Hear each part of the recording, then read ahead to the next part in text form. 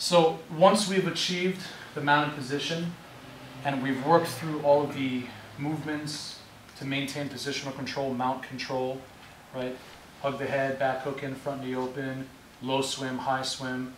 We may encounter somebody who is not just going to give us the typical responses that are based on fear or strength, or they attempt to throw us off. They may try to actually roll over and turn to their knees.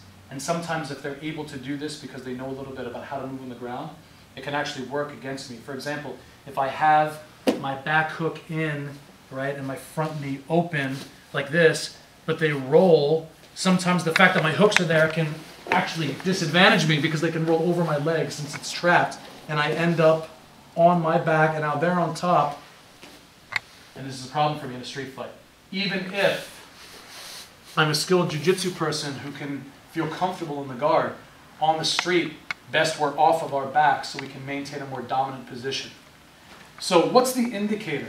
If you lay on your back again, please. What's the indicator that they are going to roll to their knees?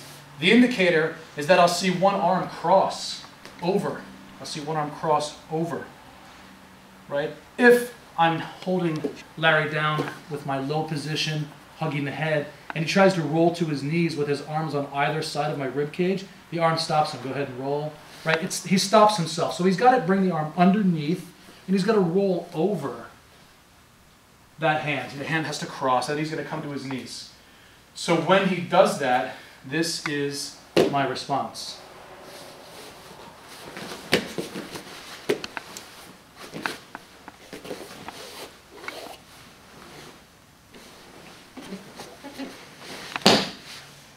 Okay. What's happening here?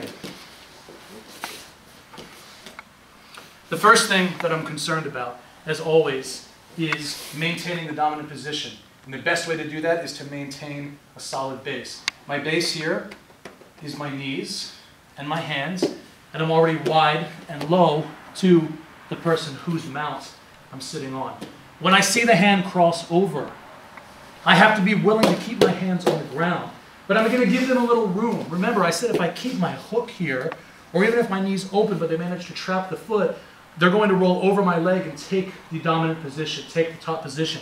So to give them some room to roll, I'm just going to step up on the foot. How do I step up on the foot? I put my weight on my hands and I just step up. The second thing, the second element is this knee. My back knee, as they roll, is going to slide behind their shoulders and head.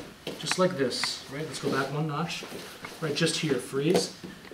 So the knee has slid behind the head and the front foot is up, and my base is still low and wide, as much as it can be close to them without giving up any compromised position. Once we reach this position, their goal is to go to their knees. They've already tried to roll over for that purpose, so they're certainly not going to stop once they get here. And I'm going to help them do that so that I allow them to move to a position where I can dominate their back. How does this happen? As they go to their knees, I'm going to keep my weight on my hands. Go ahead, please. And look at the back foot here. It becomes light and it just slides in. Right? My hands are down, and so the weight is here and it makes this light. And so the back hook just slides in like this.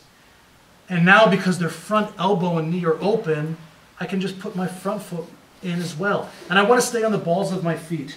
If Larry sits up, right, you'll see I'm on the balls of my feet. I don't lift my hooks yet and try to hold his leg. Let's go back down. I just stay on the balls of my feet with my hands out wide for base. If I try to grab him here, look, I lose my balance and I'm already falling.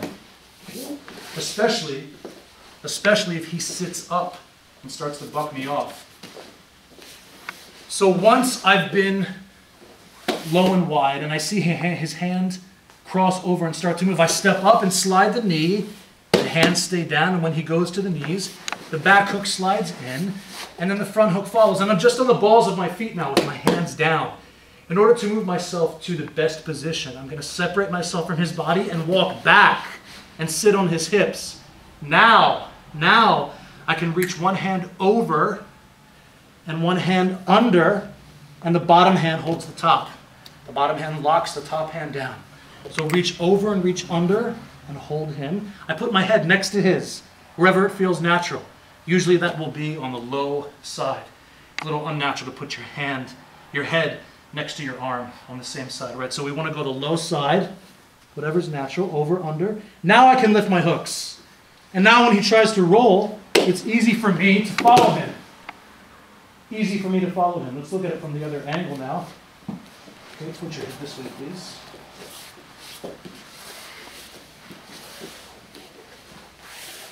So low and wide doing traditional mount control. And I see the hand cross over. You're going to roll that way. Yep. I see the hand cross over, step up, and the back knee slides behind the head. As he continues to move, freeze right there. Look, his hips are off the ground. This leg is light. So it's easy to just have the hook slide in. If I make this mistake, let's go back one step. If I make the mistake where he's rolled and I don't slide the knee behind the head, and it's low here, when he lifts his hips off to go to his knees, look, I'm stuck. I can't put the hook in because I'm too low. I'm too low. So I have to slide the knee. Let's go back, please. I have to slide the knee behind the head. As soon as I put the hands down and step up to give him room to roll, I have to slide the knee behind the head, go around the corner. Now, when he moves, I can put the back hook in. And I have to be on the ground heavy here because look, I'm already starting to fall. If I let go here or try to grab him, I'm gone.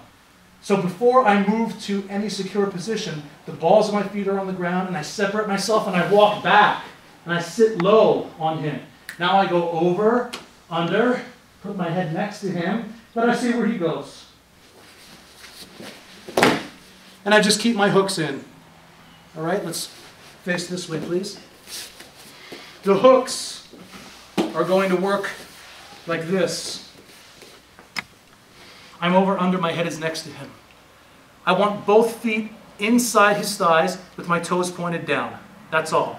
I don't want to go from the outside and try and wrap him like this. I don't want to go all the way underneath and try and get under his knees and pull his legs. Just rest my feet inside, point the toes down, and relax. Don't cross the feet. There's a foot lock there, and it's less controlled. Inside, and hold. Now, whichever way he rolls, the following hook is the strong hook. So if he rolls to his right, this hook is going to hold on and follow him, even if he goes all the way over to his knees. I may have to separate again, walk myself back, and now go over under. Now we roll the other way. Look, this hook is now the strong hook. So if he continues to roll, I just hang on with the top hook and secure my back mount. Okay? Make sense, guys? Let's give it a try. The way I get up safely when I'm the person on the bottom without hurting my back, my neck, my shoulders is this. So I'm flat and I'm looking to cross my hand and roll. When I roll, straighten one leg and step over with the other leg. And now do this. Go immediately with the hips around the corner like this. So I go to maybe my elbow, right? And then up. Okay? Start to roll, cross the foot over, and just move your hips up and over. This way. Right to the shoulder, right to the shoulder. Then from the shoulder, perhaps I can go to my elbows. And then maybe my hands. If I try to roll directly like this, with my hips down, I'll collapse and then I'll be struggling to lift myself up and the person's weight is on my back, very uncomfortable.